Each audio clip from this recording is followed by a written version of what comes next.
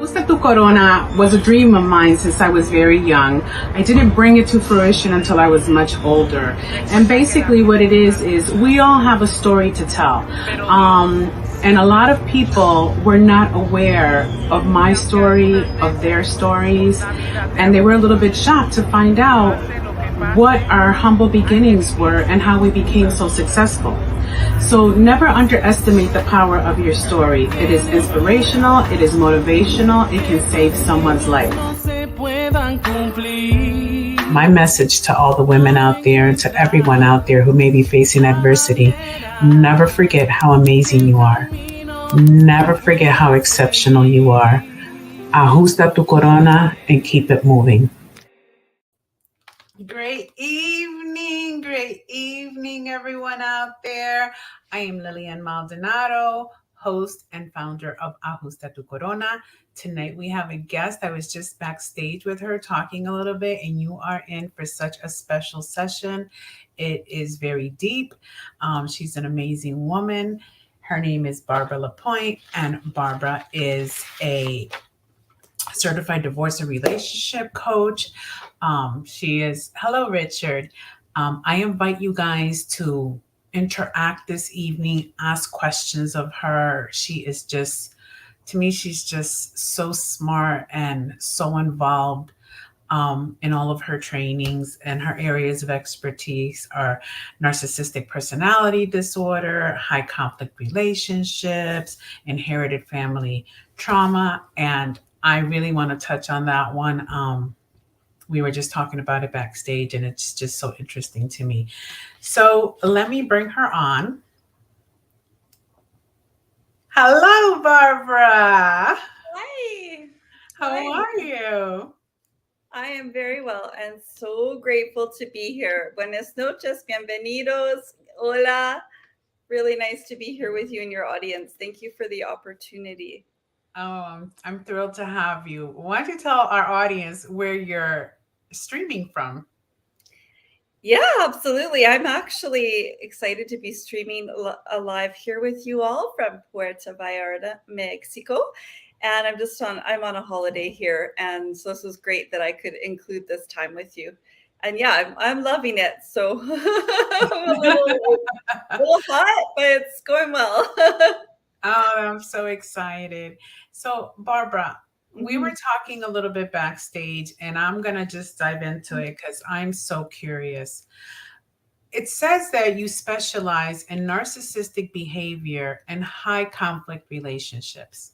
Now, to me, and you're the professional here, they're almost one and the same. But you said that they cross each other, or they're totally different. Yeah, that's such a good question, because there's a lot of talk about narcissism in our popular culture on social media, and sometimes we just get kind of confused. There's a lot of crossovers. I often use the term high conflict personality because it just kind of broadens the spectrum. It's just a wider scope to look at it. But for sure, to answer your question, a narcissistic person is a high conflict personality. And there's different kinds of narcissistic personalities out there. For the context of our conversation today, we're going to be talking about the really bad ones. Like we're talking at really abusive narcissists, really abusive narcissistic abuse. So we're not talking about high conflict personalities at a 5 out of 10. So we're really deep diving with this. Side note: there's about 15% of the population that are HCPs, which is an acronym for high conflict personalities. And the High Conflict Institute in Southern California says that's about 10%, but the DSMI actually places it at 15% of our population. So what does that mean? We're going to run into a narcissist or a high conflict personality at work, in a court case, in a divorce, in a relationship. We are going to meet one. And then also, before we keep going, I am a solution-focused coach. I do have a specialty in narcissism in many ways. And I love inherited family trauma. I was very blessed to train directly with Mark Wolin, who wrote a book called It Didn't Start With You. But I'm not a lawyer and I'm not a psychologist. So when you get into narcissism, just as a fair warning for all, I'm definitely the heroine of my own story. I invite everyone to just reach out to my website and download my free ebook. It's called Erased by a Narcissist. So I am the heroine as well as the coach in the story of finding our crown, adjusting it, polishing the diamonds as we heal from narcissistic abuse. But would you like to, I don't want to spend the whole time talking, but I do want to set the context. So high conflict personalities, these are people that enjoy conflict, create conflict, raise tensions, incite conflict, blame others. So I often refer to them as blame shifters. And narcissism, a narcissist will also blame others with all or none thinking. And it's an enduring pattern of behavior with these 8 high conflict personalities, where instead of reducing conflict or resolving it, they're just running into conflict, creating conflict and inciting conflict wherever they go. It's a regular part of their lives. Now, you and I might have a conflict one day, Lillian, but we would be able to find the middle ground, right? Mm-hmm. You can't do that with a high conflict personality. Some quick overviews of a narcissist for the audience might be helpful, because we have this sort of like a cartoon idea of what they're like. The main bottom line characteristic that I like to share is that they lack empathy. So these folks can wreak havoc in your life, and they do. They can wreak havoc in a divorce case, in your relationship. They're very abusive, demeaning. They like to humiliate you. They're dominating. They will respond to conflict in a power assertive way, but they lack empathy. So they don't really have any emotional attachment to what they're doing to you. Do you know, like, they don't feel bad. So one of the main characteristics of a narcissist and an HCP, but really for a narcissist, is that they lack empathy. Mm. And that's a human quality that makes them very, special. Yeah. All right. I want to let you pipe in. That's a very nice way to put it. Yeah. They, you know what? It's kind of a passionate subject, because they really can destroy and ruin a woman's life. If a HCP or a narcissist targets you, that target that goes on your back, whether you're and I'm speaking as a woman survivor. I'm speaking to women. Of course, there are some women who are narcissists too. Statistically, it's more males that are, however, and that's evidence-based data I just shared. But when they put a target on your back, you become like the person that they blame. They are fixated on you. Okay, it's your fault. They're going to destroy you. They're going to ruin you. They're going to seek revenge. They're going to act out their unmanaged emotions on you. So it is kind of quite a serious thing. It's so funny that you should say that, because I personally know someone that is a male that every word that just came out of your mouth was the words used against him. How she was going to ruin his life, she was going to make him pay, and she put that bullseye on his back. And she did exactly everything you said. But so I know from a personal experience of it happening to a male. Interesting. Yes. And you know what? One thing I do find is that men are underserved in terms of receiving support for abuse. Absolutely. Right? Abuse is like part of the human journey, unfortunately. Until we all begin to collectively evolve our consciousness, abuse is rampant. And Lillian, we talked about this and we know this, but imagine how he felt Because when you have someone that is harassing you, stalking you, you feel that they want to destroy you. She said to him, I'm going to ruin you, right? Yes. A big one too is I'm going to ruin you financially. You're going to be poor by the time you're done this divorce with me. Mm-hmm. Let's just say it, like, that really hurts. And that is a very scary place to be, when someone is targeting you like that. Yeah. Yeah. It's very sad. And and they use anything in their means. They don't care about anything. Like you said, that they'll use their children. Like they really have no, because they lack empathy, they're really not seeing the hurt that they're causing their children as well. They can't. They really have no, and that's the hard thing, is because women often, or humans often, try and change these people, but statistically we know that they don't change. So really, when you're dealing with a narcissist or HCP, you can't win at the high conflict game. You can't win with someone like this. You have to leave the game in order to win. But when we have children with them, we can't leave. So it becomes a very long game. And unfortunately, regular normal strategies to resolve conflict just don't work with these personalities. You talked about parenting, and the narcissist will often be a more authoritarian style parent, more power assertive. Mm-hmm. And he or she, the narcissist, will view the child as like just an extension of them. Like, instead Wow. of the child having their own identity, their own experiences, their own fulfillment. So they're like a piece of property.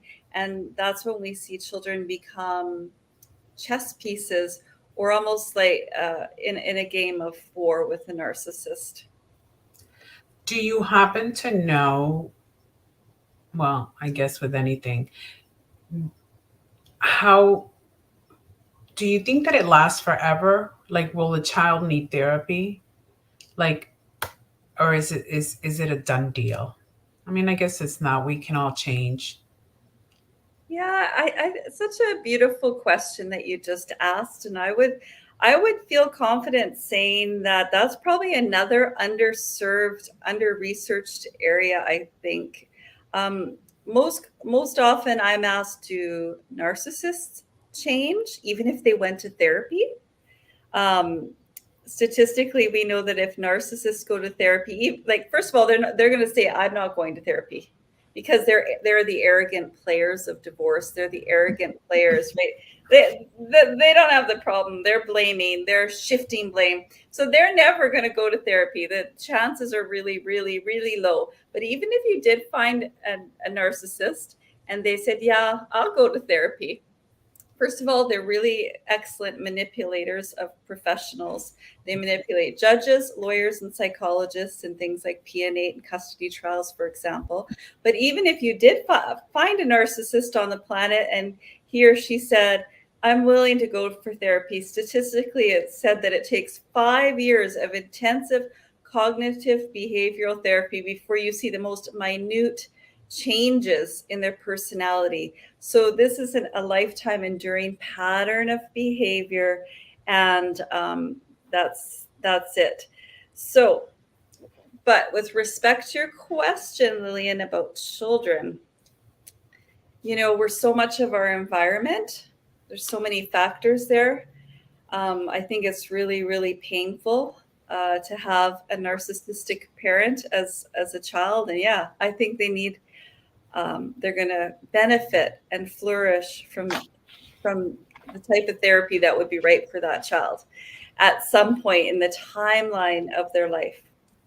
I don't mind giving a personal example here. Like, if I wanted to, for example, get some supportive therapies for any one of my children, the narcissist would say no. They wouldn't allow that. So it's a very complex situation, but I can say that I have a lot of women in my practice that for sure have had more than one narcissist in their life. Like usually once you become conscious that you have a narcissist in your life, whether it's a husband, boyfriend, ex-spouse, then you go, oh, that person was too, or oh, my mother was too. And you kind of have like a little mini collection of them often, or often one of your parents would have been a narcissist. So it's not an isolated it's not an isolated relationship. It's not an isolated trauma. It's yeah. I'm smiling because as you're talking about that, I constantly talk about my experience with domestic abuse, where I went from one domestic abuse relationship to another one. And I was like, so in the narcissistic, you go from one to another one as well. So is it us that needs the healing, or is it the narcissist that needs the healing? Like, we have to learn to accept blame for staying. Well, you know what? We tend to blame ourselves a lot, Oh, yeah. and we are being blamed. And so, but yes, at the bottom line is yes, the I won't say the problem, but the call to healing Yes. is deep, deep inside. And I know you know this. So it's like, and usually too, as you go from one abusive relationship to the next, it gets worse and worse. It's kind of like if you don't learn the lesson, the universe just keeps giving it to you over and over again until you get it. And that's a very minuscule, minimal way to say it. But yeah, if all of those things that we're, it's up to us to change ourselves, is what I'm trying to say. And the Mhm. healing begins with us. And that's when our energy changes, our vibration changes, our expression to our trauma changes, our epigenetics change, our ancestral field changes. Um, our trauma, how we hold it somatically in our body, changes when we start going inside instead of looking at the narcissist to help us or to change him. And so that is the joy of this work, from going from broken to empowered, whole, stepping into our personal truth, starting to step in and seize, pieces of freedom until we become totally, totally free. It's a journey. It's Kensuke to Masterpiece, which is the theme of our gala this year. And for those of you that don't know, Kensuke is the Japanese pottery or plate or cup that is broken, and they put it back together with gold glue, creating a masterpiece, a piece of art. And that is what we are. We are Kensuke masterpieces when we bring ourselves together and when we heal. I So, love that. yeah, that was one of our co-organizers in the previous year spoke on that, and it just like stuck with all of us. So that is the topic of our gala this year. We have Milagros who asks, is it possible for a narcissist to change their behavior? But you did say that even with therapy. Okay. It's really not. I mean, as loving, empathetic people, as loving, empathetic, we want to think that they're going to change. And most times we stick around because we have for years been trying to change them. I'm not saying anything is possible in this miraculous universe that we live in. So please hear that. But chances are, statistically, these personalities do not change because it's an enduring pattern of behavior that began in their childhood. And that lack of empathy is part of their personality, part of their genetic makeup, and that we cannot change. When you say, Barbara, their genetic makeup, let's now talk about what we were talking about backstage.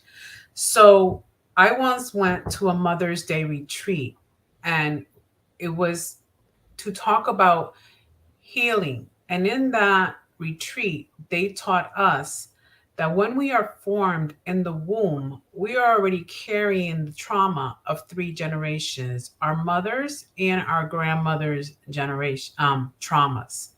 So basically, we're really not starting with a clean slate, are we? Yeah, that's such a deep acknowledgement that's kind of heavy and freeing at the same time. So when we're involved with a narcissist, when we're going through a series of abusive relationships, when we really deeply begin to acknowledge our trauma, sometimes we feel like it's our work and we're carrying so much inside to heal. And healing can happen in a nanosecond or it can be a journey, but sometimes we might even feel like, well, what's wrong with us? Once we start reading up on narcissists, we feel like we're the narcissists, and sometimes we make mistakes so many times. And so it's a self-love journey to healing.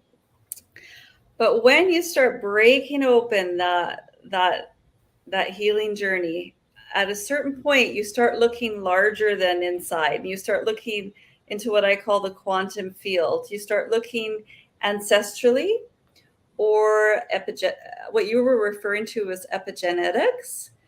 But basically, that's your family tree. So that's really interesting what you shared, that the trauma lasted for 3 generations in your mom, right? And we have a broken bond with our mom. That's called the mother wound. So sometimes it doesn't belong to us. We're carrying something that we can let go of. We're carrying something that we can give back to our ancestors. That might be our mom. That might be our grandmother. And it might be someone in our family tree that we don't even know that we are ancestrally connected to. But it's important to know that when you start shaking the family tree, you'd be really surprised what comes out. But you can make such deep, deep discoveries about the root cause of some of your own trauma. So that's what we're talking about, right? Is it Yes. them or is it us? Do we need to go in? Do we need Yeah. to go inside and Yeah. heal? And then after a while, like, why is this happening to me? And then when you go really quantum large, you can find new pieces of your own puzzle and start putting them together. So what we were talking about backstage, for example, with our mom is if we don't bond with a parent, if we don't have a secure bond with our mother in the first 5 years of life, 6 years of life, then we have a broken bond, and we will spend the rest of our lives trying to repair that bond. So if we have, most women who have been with a narcissist or an abusive person have a broken bond with one of their parents. So Wow. parents, yeah, it's right. And so children who go, I don't want to jump around too much, but really, like, so we're going to either, like, people who have a broken bond with their mom can't, if you have a broken bond with one of your parents, you can't find and create a love bond with another human being until you address it. So you think you would have a loving bond with your husband, but then you're with a narcissistic abuser. So if you don't have a strong, concrete love bond with mom from the very beginning of life, you have a hard time earning money and being abundant and being prosperous. So if you're like, oh, why am I always poor? Why can't I make money? Well, sometimes that can be a sign of a broken bond with your mom. Wow. Yeah. So those are 2 telltale signs. Abusive relationships too are another sign of. So this is what you were talking about: inherited family trauma that's carried 3 generations throughout, like through the family tree. And that's called epigenetics and inherited family trauma. And there was a study actually similar to that. It's famous, with mice, where a mouse was like endured trauma, and the 3 generations, that baby mouse, same thing, same outcome, felt the trauma. So where does, it's carried through our lineage is what I'm saying. And at one point we free ourselves to break free of all that. And I shared a personal example with you that my mother was always tired, sad, and depressed. And through my life, I was just, I'm so tired. I'm so tired and sad, crying, depressed. That's called merging with your mom. And it's all done subconsciously. It's not something that we're conscious of, but all of this to say, sometimes it's not all ours, sometimes when we can give stuff back that doesn't belong to us. At one point I gave that back to my mom. I said, Mom, I'm really sorry that you didn't get the love, the caring, and the nurturing that you needed, but I can't be tired, sad, and depressed anymore. I've got to give this back to you, Mom, because I deserve to have my own life where I'm happy, empowered, fulfilled, prosperous, abundant. And I gave it back to her. I mean, so these are examples of working with inherited family trauma. It's the biology of our beliefs. It's the biology of our trauma. It's wild stuff. It is deeply, deeply, profoundly healing. It's soul work. It's soul healing. So let me ask you a question, Barbara. So if someone, okay, so this leads into our adult life. Are you able to go back and mend the relationship with your mother if you're an older person? Or if you never mend that relationship with your mother, will you always have this feeling? Does it ever break? That's a very insightful question. That's a really good question, because sometimes we can't. Sometimes a parent passes away. Sometimes, okay, now we're getting into it, but yet we can always reconnect with our mom or our parent or our ancestor. We can always go back to address that broken bond. Sometimes if a person we were very abused, let's use the example that we were very abused by a parent. And it's not like you want to go back there and confront them or sit in the living room with them. But we can do things for ourselves in our own healing way that we can still accomplish the healing. Okay? So if our mom has passed away, then we can speak to her through meditation, prayer. We can just talk to our mom as if she was just here. If you don't want to go back and talk to your mom, but most inherited family trauma folks would encourage you to do that. One small thing you can do is to take a picture of your mother and put it in your bedroom. So a picture of mom, put it in your bedroom, and just send a little bit of love to that photograph every day. And if you were abused by a parent, that might be really, really hard to do. It sounds like such a little thing, but we can do those little things, which are big things, if we can't just go back and just talk to our mother, talk to our father. Because for some of us, we can't do that. Mm-hmm. Well, while they're living, so while they're dead, they can still do it when they've passed on. Wow, this is intense. Like, to me, this is just such an interesting conversation, and how I've been on a healing journey with all of this information that you're providing, but not really knowing it. So it's like every day I become a little bit more conscious Yeah. of the vibes and the spirits and everything around you. What is you said your areas of expertise. It says family court corruption. What does that mean? Is that on my bio?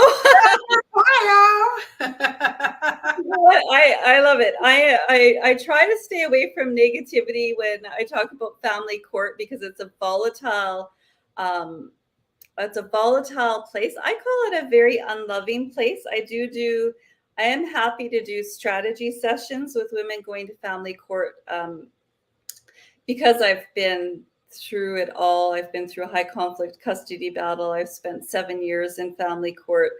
Um, Actually, millions of dollars have been spent trying to take away my opportunity to be a mother. So I'm happy to sit down with women, and because the sooner you implement strategies with high conflict personalities that wreak havoc in family law cases, the better your outcomes will be. So don't be stubborn, reach out for qualified support and help right away, because you'll even save money with your family lawyer, because you won't go in there crying. You'll go in there with a deep clarity about what you want to accomplish, what you want your outcomes to be. And this is a great time to loop back to narcissists because they love the drama of family court. Narcissists are often known to have like an entourage around them. It plays to their the attention that they need to have and that they seek. So family court is like their favorite place, to say it in a funny way. And it's a painful place to go. So if you can avoid going there, um, and we know, and I feel really confident saying this because most of the stats that I pull are from the High Conflict Institute, which is the gold standard when it comes to narcissists and high conflict people. So even Bill Eddy, he wrote a book called 5 Personalities That Can Ruin Your Life. And he goes into the 5 different types of narcissists, which is very helpful. I suggest anyone pick that up. But yeah, so they love family court, and Bill Eddy says that narcissists are very skilled manipulators of family law judges and family law lawyers.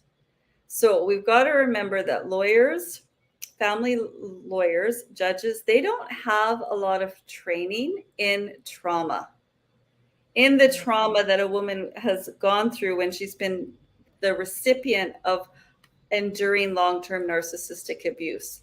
That is slowly changing. They're starting to get some training to recognize the signs and red flags of narcissists and HCPs, but they don't. So also a main theme with the narcissist, of course, is control.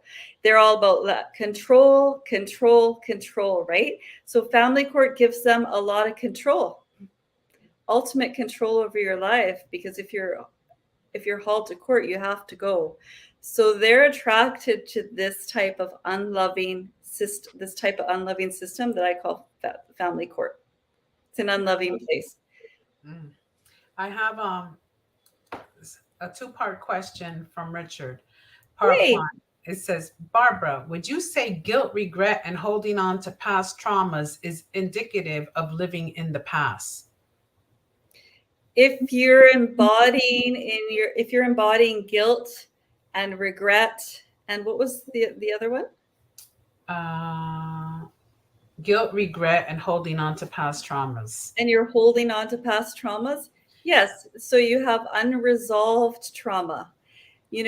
Sometimes we can go into something called like a limbic loop. That's an actual term where we just replay what happened over and over again in the landscape of our mind, in the landscape of our heart, in our soul. We replay it over and over again. But the thing is, it's trapped in our body. So trauma, we're covering the whole gamut here. And that was a really powerful question. When regret, shame, reliving the past, or reliving the abuse, that is stuck in our body. And what we have to do is to heal and resolve the trauma is to somatically release it. So that means get it out of the body. So that is so important, to release it from our body. Otherwise, yes, so absolutely, there's unresolved trauma there, which is really a beautiful call for healing, for neutralizing and releasing. So the first thing to do is to name it. And so thank you for naming those. You named it: the shame, the regret, reliving. So we name it and then we sit with it. We just sit with it. And there's other things that you can do through therapeutic processes, but naming it is the first thing. So I acknowledge you for that. Sitting with it in a very non-judgmental way where we just slow down. It's like, I'm ashamed. I feel so much regret. And if you can localize where you feel that regret, so regret is really alive for you, that's a charged emotion in your body, and I can feel it.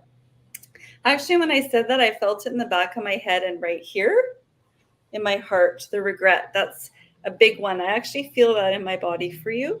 So, but if I'm not right, localize where that is alive in your own body, because it lives somewhere in your body. And that is how we start to begin to unpack our trauma. I hope that's helpful. His second part says, Eckhart Tolle says to live in the present, in the now. Would you consider that a safe process in overcoming things of the past? Some really nice questions tonight. And I really actually love that question. So it's kind of like a simultaneous, it's like not one or the other. So that process I just described to you is resolving our trauma. It's that deep inner healing that might bring up a lot of emotions, memories, right? So that's here. Where's the camera? That's here. And then over here, we can start to create mindfulness, a mindfulness practice where we become mindful, where we bring all our soul energy to this one present moment, to calm ourselves, to know that the only thing that is alive is the present moment, to know that our point of power exists in the present moment. And we can do those in little micro steps until we become every day more mindful and begin to live the miracle of mindfulness. So I would say that supporting yourself with a mindfulness practice and some of the present moment awareness, present moment power is definitely a way to powerfully support yourself. Wow. One more. Are the 5 different narcissists a subject of the main 2, covert and vulnerable?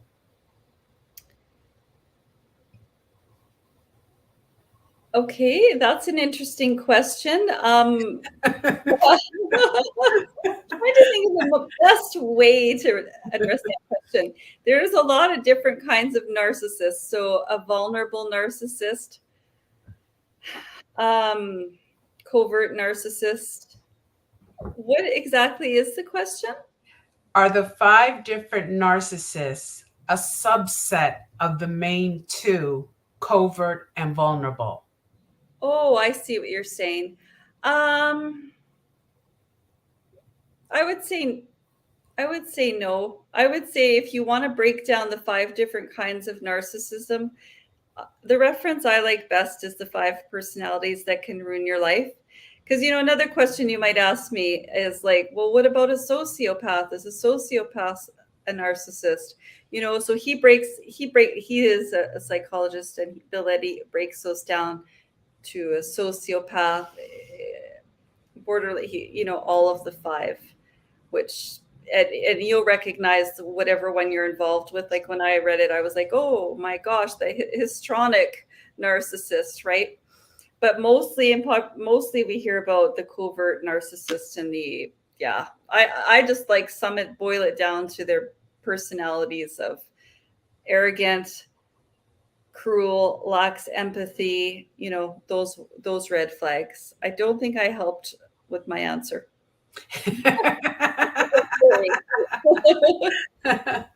Oh my gosh. What I do feel called to say to that woman is that one of the painful things about being with a narcissist, the ones she's describing in the covert narcissist, pardon me, I love to learn, this is good, is that sometimes we don't, the outside world has no idea that they're a narcissist. So we're being abused or having these painful gaslighting interactions that undermine us with a narcissistic personality.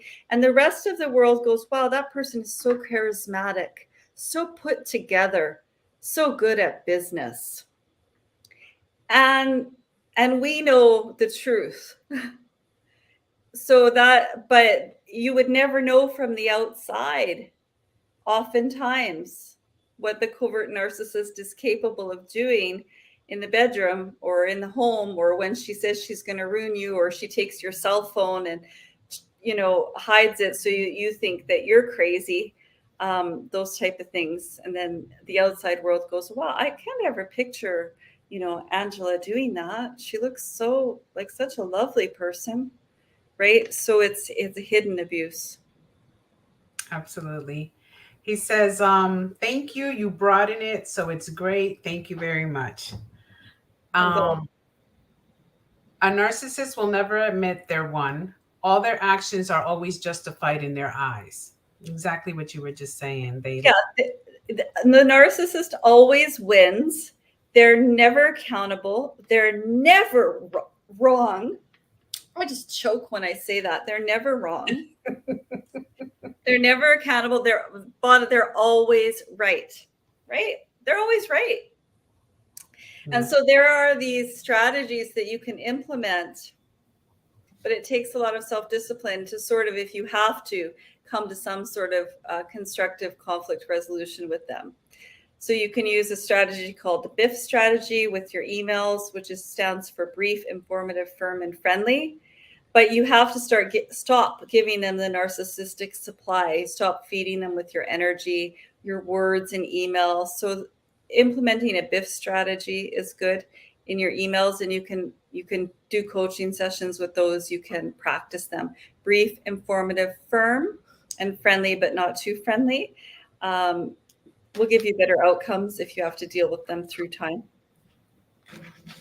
That's amazing. Oh my God, this conversation was so good.